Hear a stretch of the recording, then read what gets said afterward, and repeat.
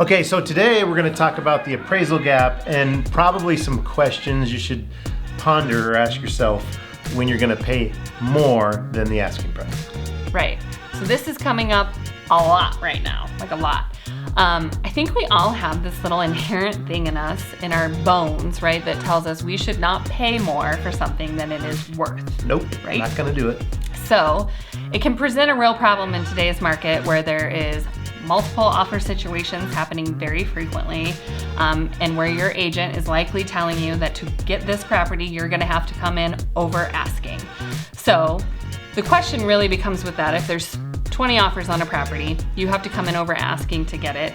Then you get the appraisal as part of your financing. We order the appraisal, tells you what your house is quote unquote worth. I think to really understand that, you have to understand how appraisals are, how do they calculate value.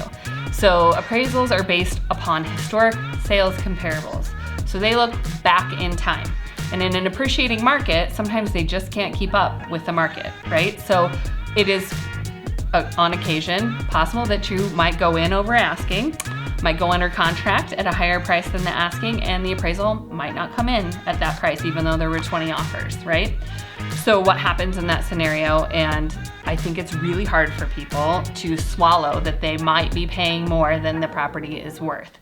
But real estate's a little bit of a different animal, right? Especially in a highly appreciating market like Bozeman. So comes in at under asking. Now what do you do? Yeah, what do you? You swallow really hard and think, you come see us and we will help you work through the problem. Yeah. I think that, you kind of have to, when you're, especially now looking in Bozeman real estate, ask yourself, like, am I willing to do this? Because likely to get the house that you want, you're going to have to. So then what does that look like? What happens if the appraisal doesn't come in? Because sometimes it does come in. Sometimes you go over asking and it comes in at value and it's just fine. And sometimes it doesn't. So at that point, you're under contract and likely you're going to be moving forward. So we just have to come up with some solutions for you in the event that it doesn't appraise. There's options out there for those types of scenarios. It doesn't work super well for people who don't have a larger down payment. Usually 10% or more is kind of where you need to be at to fill an appraisal gap.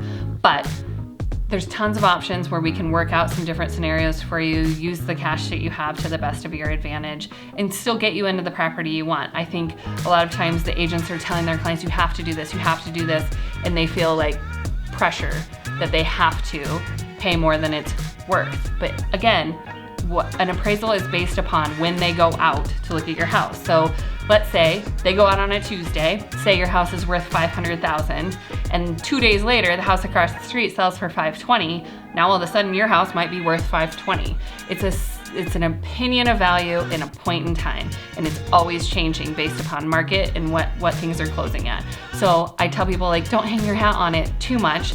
It changes. It could change tomorrow.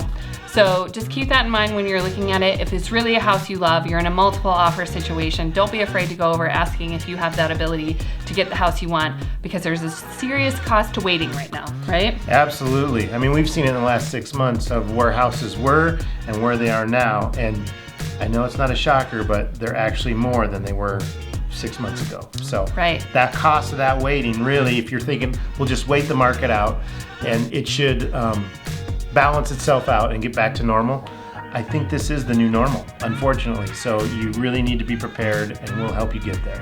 Right. And definitely consider that when you're looking at, do I want to go over asking? That house is likely going to be worth what you're paying for it 2 months from now. So you have to ask yourself those questions, have a good lender that will help you run numbers and really talk through those scenarios, because sometimes it's more of an emotional decision than an actual logical decision about what does an appreciating market look like and what can going over asking do for you in this situation. So absolutely, it's important information to have. I know it's super hard to swallow and move forward with, but it really does probably save you money to consider doing these things as opposed to waiting out the market when Bozeman market is showing no signs of stopping.